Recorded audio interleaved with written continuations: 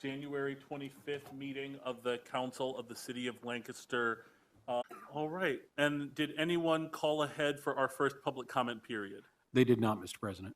All right, and reports requested by council and interim reports of committees of council, anything there? We do not have any this evening, Mr. President. Amazing, thank you, Mr. Harris. Which brings us directly into our legislative agenda. First up, legislative budget transfers. Thank you, Mr. President. As you and the rest of council are aware, the city is self-insured for workers' compensation costs. Each year, funds to pay workers' compensation claims are included in the individual department budgets, but those claims are paid from the administrative services budget. So each quarter, we shift the money from the departments where those injured workers have made claims to the administrative services budget to cover the cost. For the fourth quarter of 2021, workers' comp claims were made by city firefighters.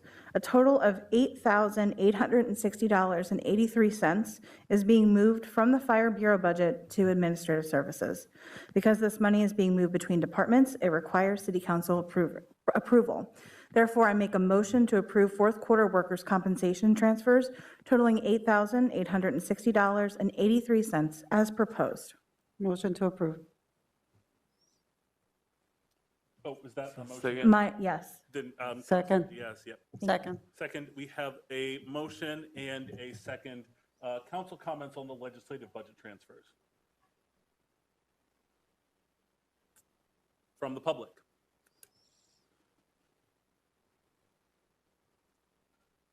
Anything else, Councilor Baker? No. Hearing none, Mr. Harris. Ms. Baker? Aye. Mr. Kalexty? Aye. Ms. Craig? Aye. Ms. Diaz? Aye. And President Smith-Waite. Aye. Thank you, Councilor Baker. That takes us to ordinances for final passage, beginning with Administration Bill Number 1, 2022. The title, Mr. President, an ordinance of the City Council of the City of Lancaster authorizing execution of a cable franchise agreement between the city and Comcast of Southeast Pennsylvania, LLC. Motion to approve. Second. Okay, we have a motion and a second. Councilor Baker. Thank you, Council President. This bill authorizes the adoption of a cable franchise agreement. It's negotiated every 10 years, and it applies only to cable television, not internet or phone service. The proposed agreement was drafted with the help of legal counsel that specializes in telecommunications, and the current 5% fee paid to the city by Comcast, which is the maximum allowed, does not change in this contract.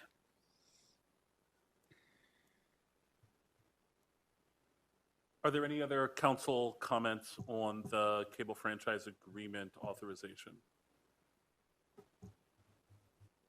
Are there any comments from the public? Hello, my name is John Rosario. Some of you may know me from my reconsideration letter.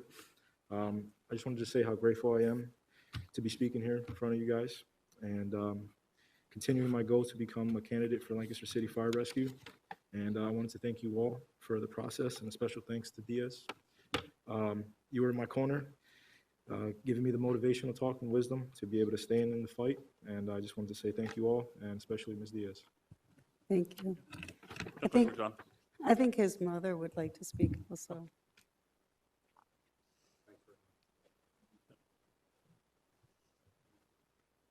John, I'm going to ask you to stick around, actually.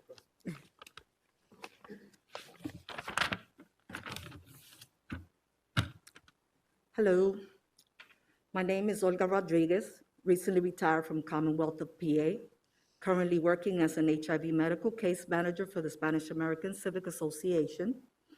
I've been a member of the city of Lancaster for over 50 years. I worked and served my community in many capacities.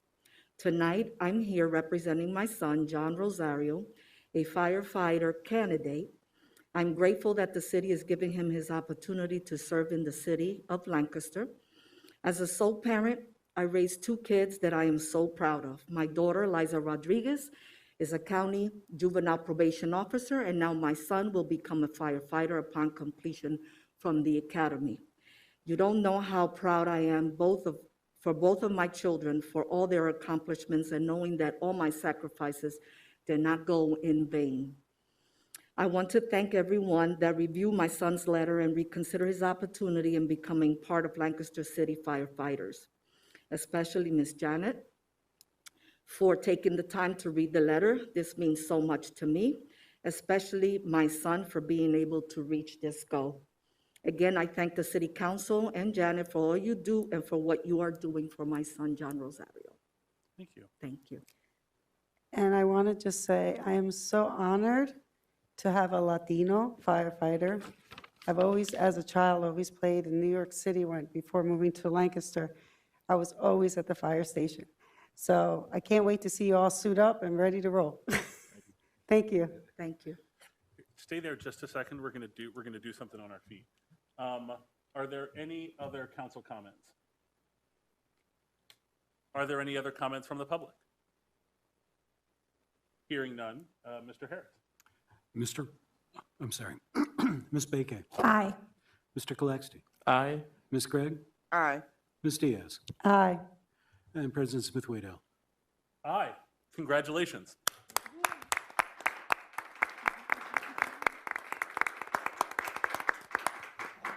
I'll go get some rest over the next 6 days. And then we got it. Thank you. Thank you.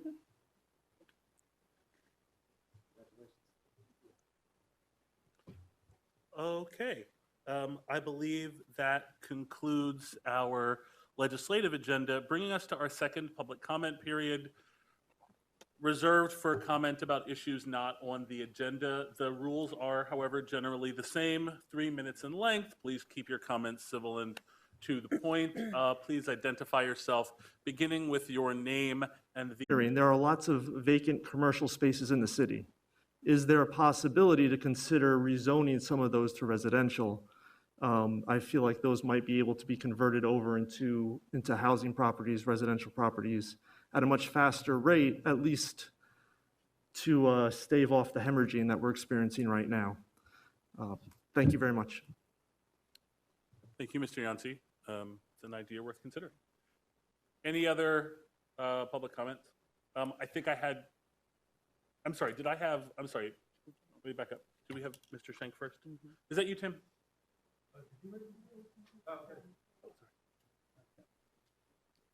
And then you, Ms. Rodriguez. Hello, Craig Smith, Lime Street. Christy and I are here tonight because we would like to propose an addition to code. It's related to a bunch of things, but I guess I'll say first what we propose, and then maybe why. We'd like to propose the following additions to city code. And the language, please forgive, it's layman's properties window. And I guess I have a little bit of time. I might as well bring up why. We have a neighbor. We received a letter in late October telling us that our neighbor, she will be building an art installation in front of our window and the neighboring window. The two windows border her backyard. There's no space in between. So we were told that this was going to happen. There are no plans. There was no detail of how far from the two windows this thing was going to go. There was no detail of what it would be. There was some stretching of the truth as to the approval of this. It's just going to happen, and we have no recourse to do anything about it. We inquired with several city people, the zoning officer, fire marshal. There's nothing in code that addresses permanent structures being built in front of a window. Now, in our case, we don't know how far from the window. We have a feeling that this individual wants to build it as close to our window as possible and the window next door. So again, there's nothing in code that addresses, and we found this out. We read the code extensively. We talked to the city officials. There's nothing in code that addresses or prevents anyone from calling something an art installation and just plopping it in front of someone's window for whatever reasons. So that's why we're seriously proposing some measure of protection for egress in case of emergency. I know that the fire marshal said, well, it's not an official egress. This window on our property is not official egress, so we have no jurisdiction over it, but it's still a window in case of necessity. As far as also being able to work on our building, to fix the foundation or the brick or anything like that. So our concern is that this individual will be able to just build whatever she wants, as close as she wants to our window and the neighbor, and everyone's hands are tied because there's nothing in code to address it.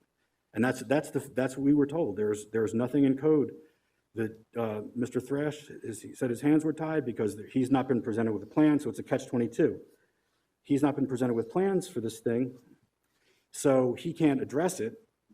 And like I said, the fire marshal said there's nothing in fire code that addresses blocking a window with something. So we're really concerned that we have absolutely no protection in this case. And we, like I said, we'd really appreciate if something could be added to the city code and the fire code along these lines. Like, you cannot block someone's window in an adjoining property, or it has to be it must be a certain distance, or going even further back, it has to go before zoning, before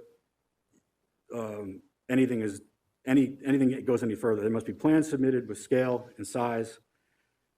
So if someone, there's my time. Okay, so I don't know, where would I go after this? How can we, I mean, is there something in writing where we can put something together for council, or is it just? Yeah, Mr. Smith, I think the first thing to do would be to write that. So I assume you have that written somewhere, and then forward it to the clerk and Councilor Craig. I think that's a community planning matter, and we'll go from there. So if you stick around for a few more minutes, the meeting will terminate, and Mr. Harris can get you all the necessary email contacts, and then we can look at it. It can be shared with staff, and then all the appropriate steps before to propose a code change can be taken. Great. Okay, thank you. Thank you, Mr. Smith. Ms. Rodriguez.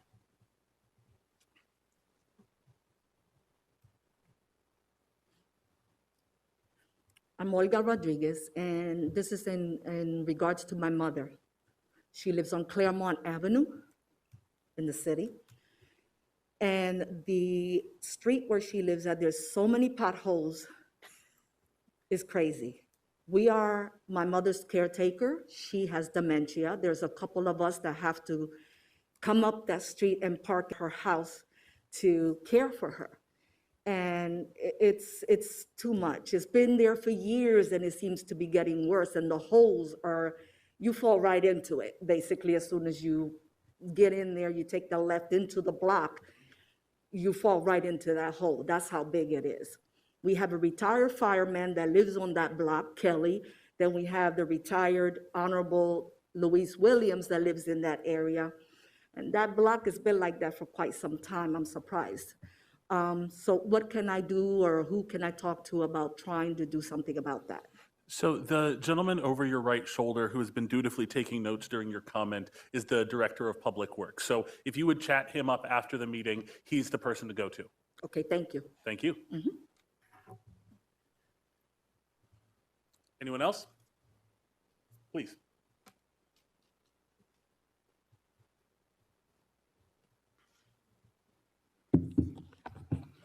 Good evening. My name is Alberto Flores. I'm a current resident of Millersville. My family moved to Lancaster in 1974, spent a 32-year career in IT, and 6 years ago I became an entrepreneur and opened up a small restaurant in Millersville called Bert's Bottle Shop. We love the city, we love to come downtown, and we currently have plans to move that restaurant to the downtown area. Right here in the 101 North Queen complex in one of the open spaces. My question is, and I know it's been hard this last 2 years with COVID, but my wife and I keep traveling downtown on a consistent basis, just seeing how the restaurants are doing and seeing the status. And the welfare the downtown area. And we've noticed on many occasions, the problem that we have in Binns Park with the homeless folks, and my heart goes out to them. Just to see them in their tents when it's freezing cold outside, and without tents in their sleeping bags. Like, I just want to know what the plans are. And I know there's an issue with who owns Binns Park versus the sidewalk around Lancaster, the county offices.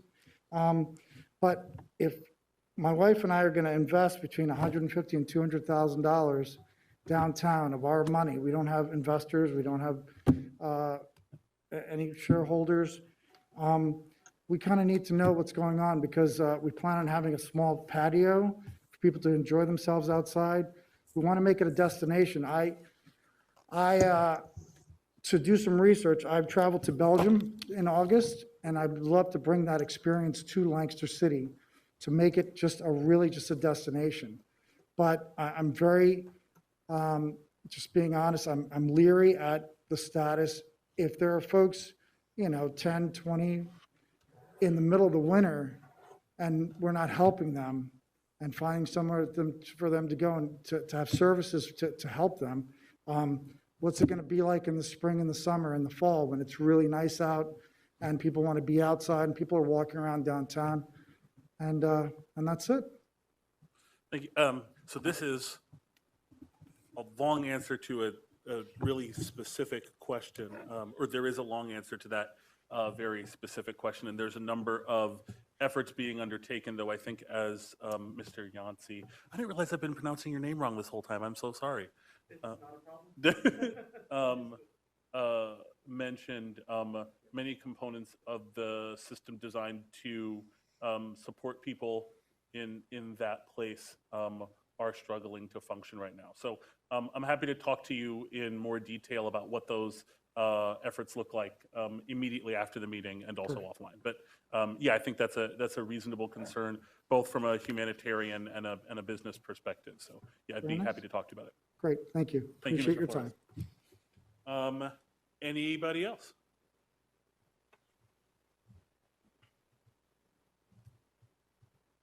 Good evening. My name is Irene Grievous, and the street is Manor Street. I wanted to ask City Council what the city is planning on doing with a growing problem with condemning people's property for non-structural issues, which is a growing problem. It's been displacing many families, as I heard at least 2 here today. And even in my case, it's been 4 months. I have no structural issues. It's been easy to condemn someone's property without giving them a chance to rectify the issue. Yet it's been 4 months of submitting permit after permit only for it to be denied. What is the city planning to do about this growing problem that is for the benefit of the city, it seems like, than the structure or the safety of other properties or the property itself?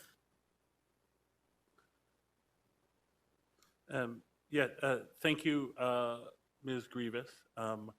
I can't speak to that thing specifically because I have not identified a growing number of condemnations. I sit on the Property Reinvestment Board, but in fact, we almost had a 2-year hold on condemnations throughout COVID. As for the specific matters relating to your properties, I'm very sorry for the way that you feel that you've been treated, and I would really like to get more engaged, and as soon as the relevant pending litigation, which I have recently become aware of, is terminated or concluded, I can engage in more detail, but on the advice of counsel, I'm not, and city staff are not, to engage in specific discussion of those items. As far as general policies go, questions could ostensibly be directed to the city via a right to know request, though I'm told that you've already pursued one.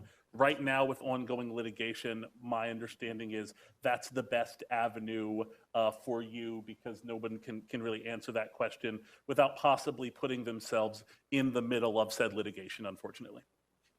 which was initiated by the city. So my concern is code officials and building inspectors can just get a search warrant for non-threatening issues and just break in someone's property. That just, no one seems to even be able to wrap their head around something like that they can enter into somebody's property without their permission for non-structural issues without giving property owners a chance to rectify a rodent issue. Is this how other properties are easily condemned? Besides my property, other properties throughout the city. And I believe there was one right next to mine that was condemned and taken away by the city. There's a couple on Queen Street that facing the same similar situation. I have to investigate it a little bit further. But it just seems so easy to go through the route of condemning a property and making it extremely difficult, or should I say almost impossible, to get out of condemnation than giving the owner a chance to many days. I would think a condemnation will be a last resort, not a first resort. But I'm hearing more and more throughout the city, and I believe this was the reasoning why there was vandalism in the city hall here with the main doors because of somebody's property being condemned. And that was their way. Please, counsel, and I would direct all further questions to Mr. Handwerker. That's how I've been informed the situation has evolved. But again, the litigation was initiated by the city, and that's the effort to bankrupt the property owner, and then the property owner cannot afford to take care of all that. What started a small issue turned out into tens and tens of thousands of dollars in legal fees by the city, and puts a hardship on the homeowner, and eventually the property gets taken away, just exactly what happened with the property next door to mine, 903, and several others which I'm looking into. That just does not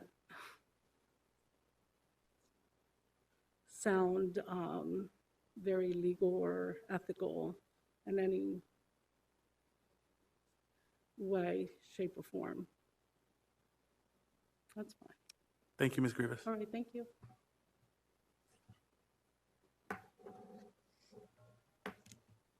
Are there any other public comments?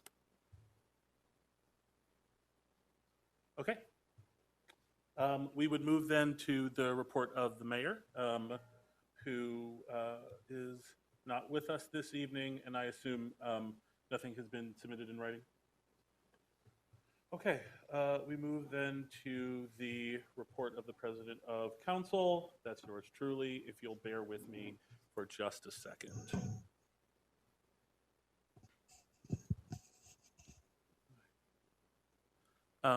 On the 11th day of January of this year, Councilmember Garcia Molina's resignation was effective, and immediately afterwards, we opened a call for applications to fill that council vacancy for the remainder of Councilor Garcia Molina's unexpired term, almost 2 years. In the intervening time, acceptance of those applications closed yesterday at 5 p.m. In that time, we have received 18 applications that we deem to be complete by the standards that we set forth at the beginning of the process. And we will be bringing those persons to City Hall to engage with council in an interview process. For the matter of the public record, Those individuals are Ahmed Ahmed, Ricardo Almodovar, Jeff Kuhn, Pamela Craddock, Joseph Dastra, Elizabeth Elias, Elizabeth Figueroa, Colin Heinley, Ole Hongvanthong, Marquise Lupton, Charlotte Katzenmoyer, Seth Mariscal, Alexandria Markart, Carol Ann Parrish, Dale Schenk, John Schuba, Alex Thompson, and Catherine Walsh. Given that there are 18 applications, or rather 18 folks that will be being brought in for interviews, we have added an additional special meeting to conduct interviews to the calendar. The first such meeting will be this Thursday at 6 p.m. That is January 27th at 6 p.m. right here. The second such meeting will be Tuesday, February 1st at 6 p.m. It will be right here. All persons who will be called in for interviews will be receiving a communication with all of the relevant guidelines. Those are public meetings. They will be open to the public and they will be live streamed just like our other meetings. The one exception will be there will be no public comment or questions at these meetings to allow council to focus on the necessary interviews. the law gives us 30 days to fill said vacancy and gives very little guidance on how to do it. So this process has originated from within council. That being said, there will be public comment open on February 8th when a motion would be made by any member of council to name a particular person to that seat. That nomination would need to receive a second and at least 4 votes to pass, thus filling the seat effective at that time. That person would have all the requirements and privileges of an elected member of City Council through the end of the unexpired term, at which point an election would be held on the normal election schedule to fill that seat going forward. That concludes my report. Council comments.